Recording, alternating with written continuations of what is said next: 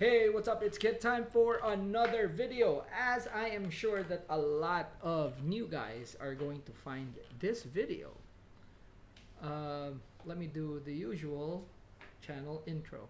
Alright, so this is a channel that talks about the hows and whys of fishing. We cover everything from big game, ultralight, everything in the middle, including fly fishing. And today we're going to talk about slow jigging. What it is, what it is not, what you should be doing, what you shouldn't be doing. Very good examples of the gear. What the rod is, what the reel is, what you need to look for. There are very specific videos on these subjects. I pretty much compartmentalized everything, but in this video it will be a very quick rundown on everything from top to bottom. Now, before we even start, let me just tell you that if you are new to fishing, this is not the fishing method for you. Okay?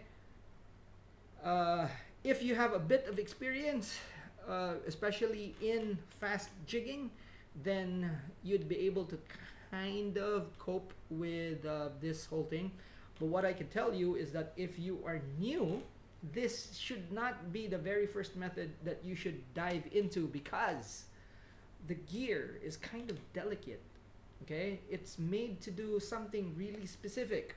Now, if you're from the States and you think that, you know, the type of slow jigging that they're showing on party boats is the normal thing, it's not. Kind of different. What they're doing is actually using gear that's not for slow jigging, and well, it's kind of mixed actually. In the States, they use slow jigging, slow jigs, such as something like this, and they use their usual setup. What they do is just kind of yo-yo. It's still the same, only using a different lure. They also have very different rods, rods that are very, well, it's not specific to their environment. Basically what it is that there are some rods that they've adopted, which is not really something that you find elsewhere in the world.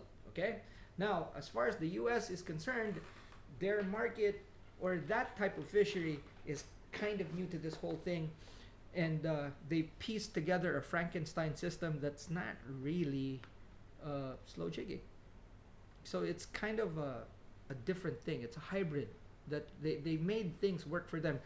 Also note that in the US, you might not find the same conditions elsewhere, because in the US and other parts of the world, they have conservation. So whenever there's conservation within the mix, there's a lot more fish. And slow jigging is a system that was created when times are difficult, when the fish are not active. So slow jigging will trigger a strike. It was kind of invented for the main purpose of not stopping your fishing when you're on a boat, you're fishing for the whole day, and then the fish are biting, are active in certain times when the tide actually moves. When the tide is dead or in the middle of the flood tide, what happens is that there's a shut off. So fish are still there. You can find them in the fish finder, but they're not actively feeding. Slow jigging will coax those fish into biting. Okay, so that's generally in a bottle what slow jigging is. It's a type of fishing, or a fishing technique, that would elicit strikes from otherwise not active fish. Okay, can you fish slow jigging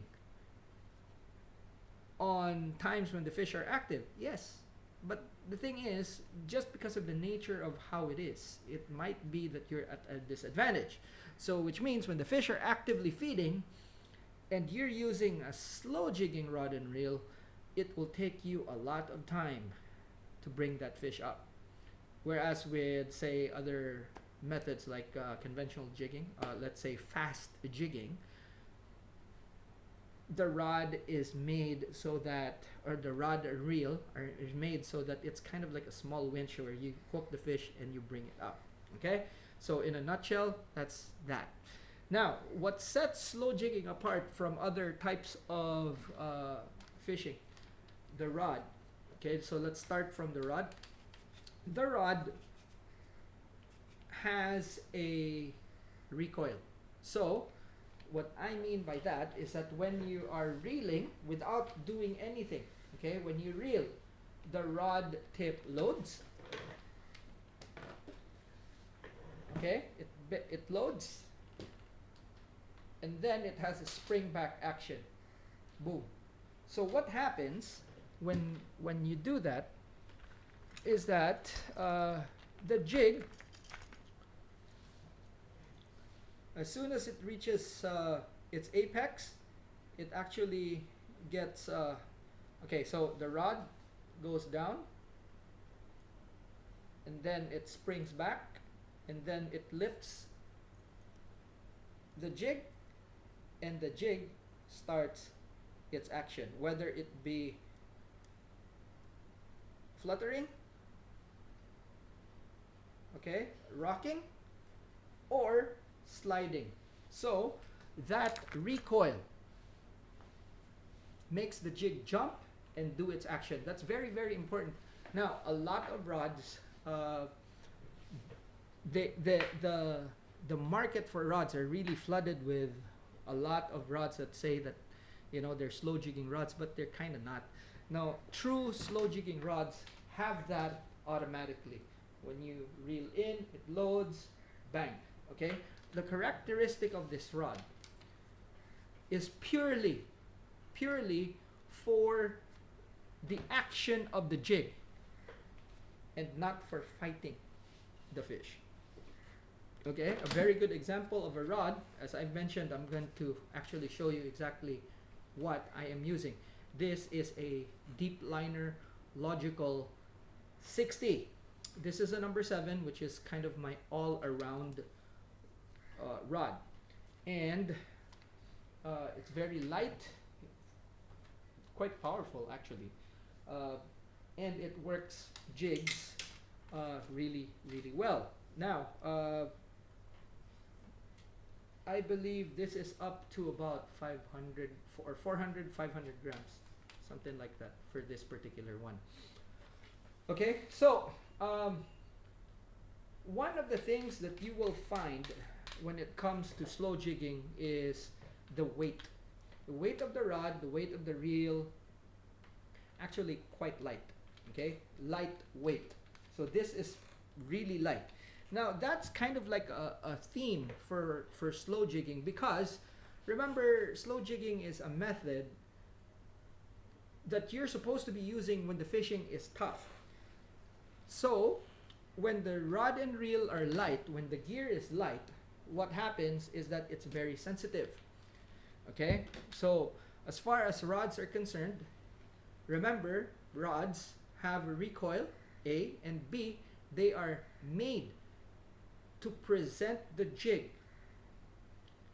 What it's not made for is to fight the fish. So when you're fighting fish with this type of rod, you actually point the rod to the fish, and then you fight it like that. Okay, so you go like this, you're fighting. Okay, when you pump, instead of pumping up, you point the rod, okay, and then pull, reel, pull. It could be at an angle, a slight angle, or it could be vertical. So when you're standing, you know, you're pointing your rod like that, you're reeling, pulling. Okay, so the strain isn't on the rod, it's on the reel. And the more you go to the pure slow jigging aspect, as far as the rod is concerned, the more you won't be able to use it to fight the fish. It's kind of like a sliding scale. The more pure it is for slow jigging, the less it is for fighting fish. There are rods that you can fight the fish with, but the more you put towards the fighting fish aspect, the less it would be for the presentation aspect. Now remember, again, when the fish are active, it doesn't matter. Slow jigging, fast jigging, whatever method, bait, the fish will bite. Okay? When it's difficult, slow jigging is when it shines. This is the whole reason why I'm saying that this should not be the first method when you're starting out. Okay, now together with the rod, you have the reel. Again, a very, very good example as far as reels are concerned. This is a very lightweight reel that I pair with this particular rod. Okay, so this is a Studio Ocean Mark OGM L30. And for your fishing, when it comes to deep water fishing, you use a high gear ratio reel. Now, the faster ratio will bring in two things: slack and stretch. Braid still stretches, and we'll talk about more. We'll talk more about the line when we'll talk more about the braid when we talk about the line, because that's also a really big factor when it comes to this. Slow jigging, again, if I haven't mentioned it yet, or if I wasn't clear, it is actually a finesse fishing technique. Okay, so although you are presenting lures that might be a bit big, the presentation or the whole system itself is finesse. Okay, your line is thin, your reel is light, and together it makes for a very, very sensitive system. And this is very much needed when the fish are not active, because it could be that the fish are just slowly biting and they're going together with the jig, and most times you won't even feel that. And this is pretty much the reason why, because you're moving your jig in slow, gentle movements. And what happens is that when the jig is fluttering, the fish might just go up, suck the jig, and then let go. In that instant, if your rod reel line are thick, or if your line is too thick, if your reel is too heavy, your rod is too heavy, what happens is that you won't be able to feel that, because physics. Okay, vibrations are transmitted better when there's less mass. It's just as simple as that. Now, if you think that a heavy object with a lot more mass than something that's light is something that fits this, you're wrong. Okay, the lighter the system is, the better, because vibration travels faster in objects with less mass. That's a fact. Okay, we can't argue with that. And this is the whole reason why when you go to like the Japanese brands, there's an emphasis on lightness. Okay, so the reel is that. Now this is a lever drag. Okay, because when you're fishing, it could be that you are manipulating things with your thumb really fast. Okay, it could be that I want it to drop down fast. It could be that I needed to just drop slowly. For this particular reel, I could do that. Okay, there's a Shimano with a fall lever that can do the same. For this one, it's just one that it controls the drag and the what's this, the descent.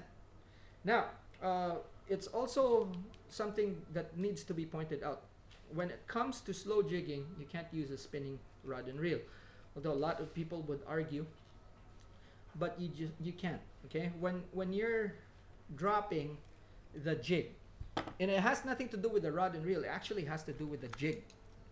So when you're dropping the jig, when you give it slack, this jig is designed so that it goes horizontal and starts its action, whether it would be rocking, rolling, or sliding. So the jig, as soon as you give it slack, that's what it does. To drop the jig fast to the bottom, you need thumb pressure, and sometimes it's pretty it's pretty firm thumb pressure just to get the jig down. It depends on the weight, but sometimes you have to be very firm for the jig to just drop down. You can't do that with the spinning reels, because even if you're, let's say you're putting pressure with your fingers, even if you're doing that, what happens is that the line, you unconsciously actually just give it line so that it drops down. In effect, it's still the same. You know, it's still like you're free spooling it. Now, with this, you can literally just clamp on the spool and it stops. Once you stop or you release, what happens is that it will have that action, because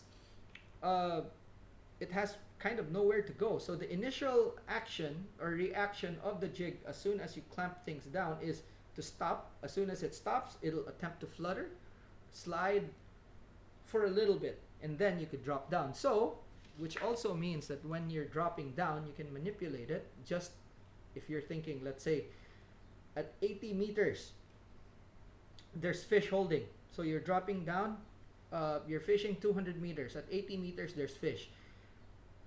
You stop or slow it down with the trigger finger here. Okay?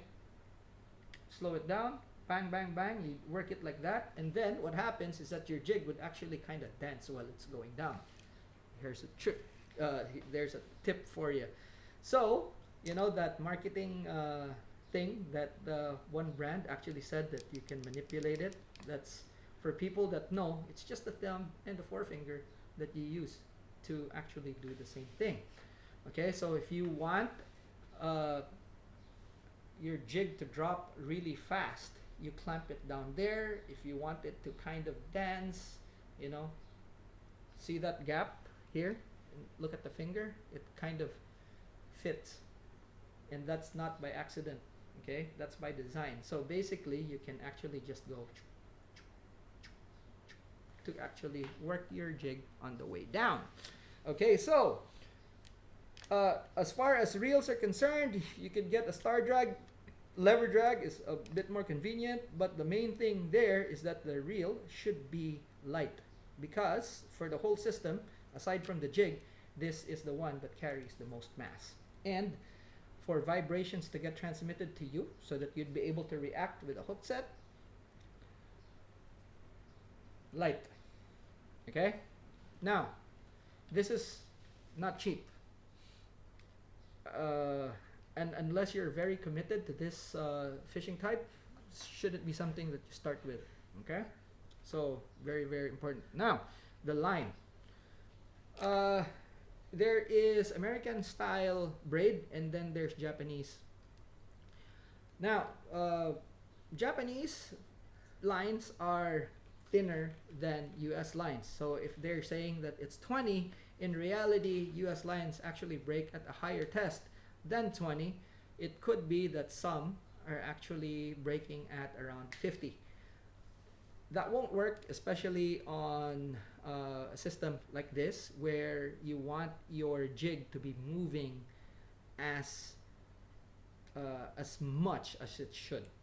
Okay? Now, the braid standard is PE2. There are guys that use bigger line, but for all intents and purposes, as far as an let's say an all-around system is concerned, PE2 is where you start. Lighter, let's say lighter combos are used in shallower water. So this, as far as overall, let's say what do you call this, all-purpose fishing is concerned, PE2 up to about 250 meters, and then 2.5, 250 to about 300, and then the biggest that I have is PE3, and I fish up to 500 meters for that, just as reference for you guys. Okay, so for all-around fishing, PE2, I use an L30. I use that rod. I use another one, which is a Max 350 from Huts. So this reel, two rods that goes with it. Also, another reel I use with this particular rod, which I think a lot of people would find more practical, is an L50, a 50 sized reel. Okay, so slightly bigger, slightly heavier, so it has a lot more mass. But I tend to actually use this in waters that are kind of deeper than 200 meters. Okay, still spooled with PE2, this one. Okay, I have another spool for this, which I have filled with PE 2.5. These reels have an economizer, so it is something that we put on the spool that transforms it from a deep spool to a shallow spool. So this is unique to this brand. Now, if you want something standard, you look at Shimano and Daiwa, and they'll have equivalents to this. Leaders. Okay. Now, leaders, I use 40 pound. Okay, 40 pound test. And I use a very long length for my 40. Okay, as you can see there, that's pretty long. The reason being is I want to give a lot of separation for the braid and my jig. And the more separation I have with the jig and my line, the more invisible it will be. But you can't do too long. So I have again a video for this, the system where I use 4 arm spans for the thinnest line, 3 arm spans for or 3 arm spans for, sorry, for 3 arm spans for the thinnest leader that I use, which is 30, and then I use 2 arm spans for 40, and then 50 pound test I use an arm span. And what that does is it will give your jig a bit more, well, actually consistent action. Okay, so from 30, 40, and 50, it'll give you consistent action, but it gives you a bit of a range when it comes to abrasion resistance and presentation. So like, take for example, if the fish are finicky, I would most likely drop down a leader size, but my standard is 40. And if the fish are kind of active or holding closer to structure than I like, I would switch to 50. Again, the line remains constant at PE2. Okay, now there are the jigs. When you're talking about jigs, there are wide jigs, there are a bit narrower jigs that are kind of wide, and then there are long, slim jigs. Okay, so this is a very simplistic way of actually looking at things. And although there are a lot more jig styles that you can actually see, but the 3 predominant jigs that you'll see are like short, fat ones, and then there's the kind of wide, slimmer jigs, and then there are long, slim ones. Okay, so the most useful jig would be this, because it kind of does a little bit of this, of what this can do, and a little bit of what this can do. Generally, you go with what the fish want. Okay, to make things easier for myself, I don't choose what I use, I let the fish choose. Okay, so I drop something like this first, and then if I see that the fish respond to this, I stick with this. That's it, less of a headache. Okay, now if I don't get a bite with this and the current is actually slow, I drop this, something like this profile. If the current is fast, I drop this. See, the thing is, it's just a real simple process of elimination. If I drop this first, I will have to go through this to ultimately go to this shape to stay vertical. But if I use this, okay, which is in the middle, what happens is that if I drop it and it's too straight, okay, I would say, I could go to a wider one because it tells me that the current's actually slow. But when the current starts to pick up, boom, I'm actually in the zone. Now, if I see that this is already being dragged out and I am kiting, okay, which is what I use instead of what the Americans call it, scoping. I don't understand why they, like a scope is like like binoculars or a telescope, right? So I think kiting is a bit more descriptive of what's happening. So when you're kiting, which is when your jig is being dragged away and less vertical, so you're going to be like almost horizontal, or you're actually at a diagonal plane, switching to something long and narrow, even if it's the same weight, will actually get the angle to be less steep. And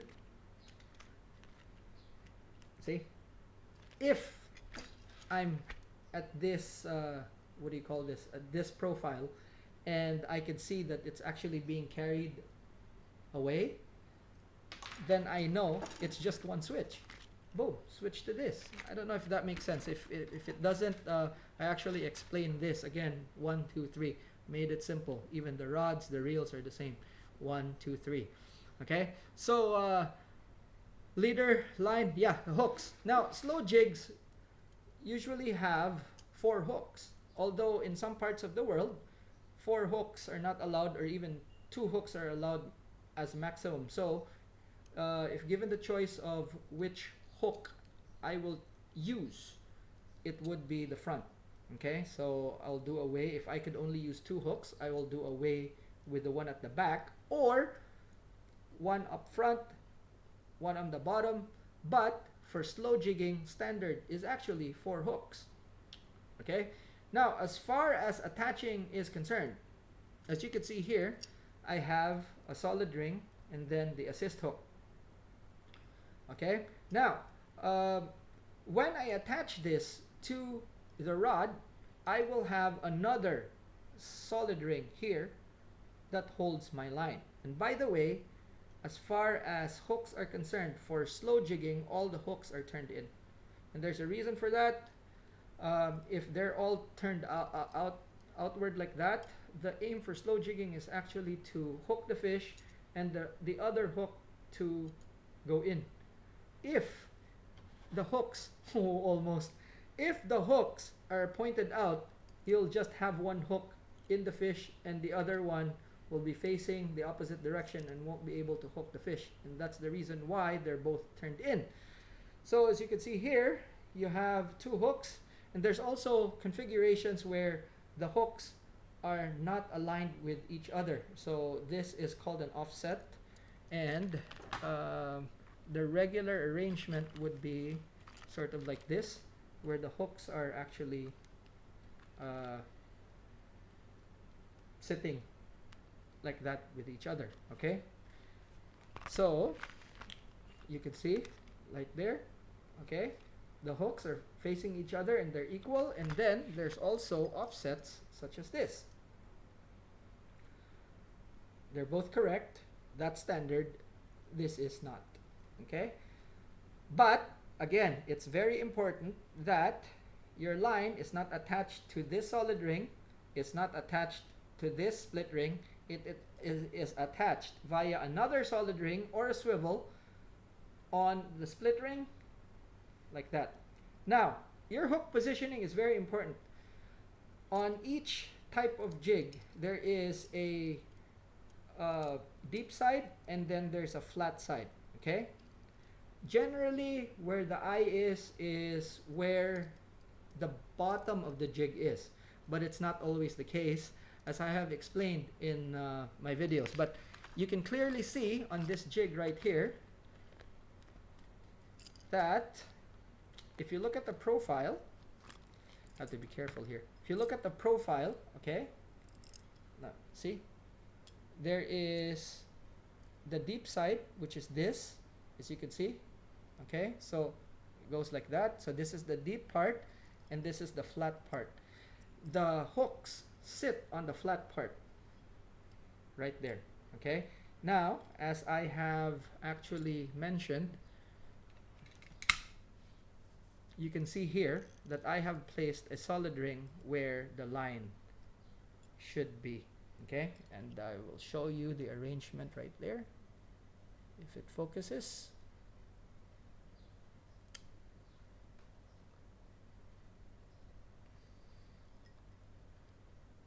There, see? So I have a solid ring, split ring, and then another solid ring that holds the assist hook. Okay? Now, if you're doing that, it means that the jig is actually moving independently on its own. The assist hooks are also moving independently on its own. For fast jigging, it's a different story. For fast jigging, you actually tie onto the solid ring where the assist hook is, but that's another story. Okay, so we'll talk about that in another video. But for this one, you can see here that there's another solid ring. Also, these don't touch. Okay, so be very, very careful when you're choosing assist hooks. The top assist hook is shorter than the back assist hook. Just a note. So when you're actually buying assist hooks for your jigs, always remember that even if the hook sizes are the same, the length of the assist hooks, or the drop as we call it in the industry, the drop of the line, or the length you could call it, it's longer on the back than it is up front. And there's a reason for that. Basically, when you're releasing the line, or when you're working the jig, when it goes like this, okay, so it goes like that and then it flutters, the assist hook is in position for the fish when it bites it. Okay, otherwise when it's too far here, it tends to miss a lot of fish. Okay, so that is the assist hooks, the placement, and the line tie. Now, solid rings versus swivels. There is a function actually. So when the fish are active, it's better to put a swivel on. If the fish are less active, solid rings. Okay, when in doubt, use solid rings. That's the best thing I can tell you. Now, as you move on and get more technical, you will notice that there are times when the fish, although active, they won't kind of bite on your jig. And when you put a swivel on, that's when you see that they'll bite. And that's because swivels will promote more rolling. Solid rings will actually kind of choke the action.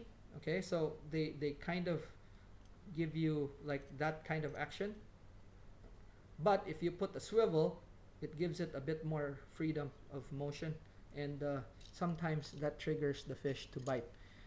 And you're gonna have to find that out yourself. Okay, now my advice as far as assist hooks are concerned is to tie your own, because and I have a ton of videos. It could be very specific for the length of the jig. And if you do not tie your own, you will actually kind of tend to miss a lot of strikes, especially on these long jigs, because it's very difficult to find long sized assist hooks that's right for the jig. And again, there I have a video about hooks and assist hooks that discusses why. Alrighty. What did I miss? Accessories. There's a ton of accessories for slow jigging. But see, the thing is, they're not really specific to slow jigging, but are specific to jigging. Okay, so like take for example hook pullers, spacers, and all that for making assist hooks. But as far as everything else is concerned, they're actually kind of the same. All right. Now the difference between slow jigging hooks and fast jigging hooks, that's something that's really big. For slow jigging hooks, they're actually thinner. Okay, they're thinner than fast jigging hooks, and that's for a reason. Some slow jigging hooks actually have a coating that make them slide more. Okay, uh, slide into the meat more. These coatings are called PTFE, or basically Teflon. You know, same as your non-stick pan. So that it creates a surface where it's very slick, and when it comes in contact with the fish's mouth, it just slides in. Very, very dangerous. But when you're fishing, again, when you're fishing in situations where it's deep and you have a lot of stretch in your line, the transmission of bites are actually slow. Slow and weak. What happens with Teflon coated hooks and thin wired hooks is that they kind of set themselves. So while you're working, fish bites, you kind of don't feel it. And when you reel in, you'll feel the weight and you know that, oh, the fish is there already. So the wires are very thin and the Teflon coated, and they kind of set themselves in on their own. Those fish you cannot release. Deep water fish like that, they just tend to die when you actually bring them up. Their eyes bulge out, their swim bladder goes out of their mouth, and all that. But that's the nature of slow jigging when you're actually fishing down deep. Now, there have devices to release the fish in the depth that they're being caught and all that. Again, different kettle of fish. Now, the fish that you catch with slow jigging, it's not only bottom fish. We actually catch tuna. A few marlin have been caught with slow jigging as well. Tuna, yellowtail, you name it, you can catch it with slow jigging. It doesn't mean to say that just because the jigs are kind of moving slow that pelagics won't eat it. We have caught pelagic fish with this sort of presentation, so that's not a problem. Some fish like tuna are really tough when you catch them with slow jigs, but then when they're not biting, what choice do you have? So you get a slow jigging rod and reel and you target those fish, and even when you're not catching them with other conventional means, even live bait at times, slow jigs will work for you. Okay, so if you're on a fence for this, if you have a little bit of experience, and the main thing, by the way, this whole thing about being experienced and all is just being able to control yourself to not pump the rod. Okay, it has a lot to do with the discipline of being able to boom, feel the fish, fight it, and with the rod tip going down. Now, if you attempt to pump the rod while you're fighting, slow jigging rods will break. The pure slow jigging rods. Now, there are rods that you can fight like that. Okay, so two Japanese brands that you could do it with is Takami Technos and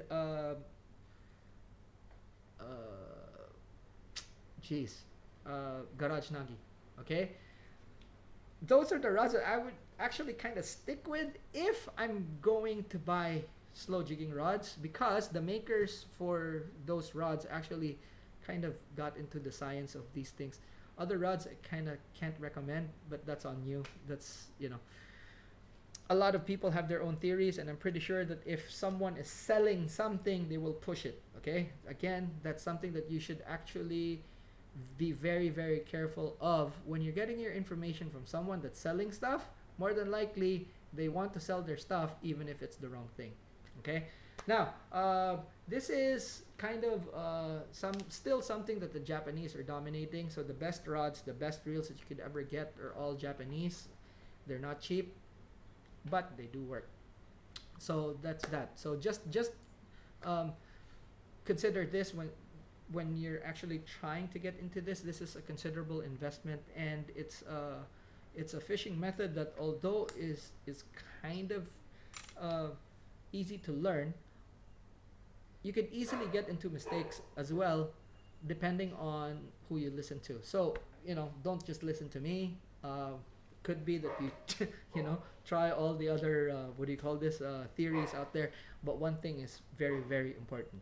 Okay, the line diameter is very, very important. Also, the correct measurement or the correct guide to use would be 1 gram per meter, not 1 foot per gram. So if you're faced with 200 meters of water, use 200 grams to start with, up to about 250, even 300 grams.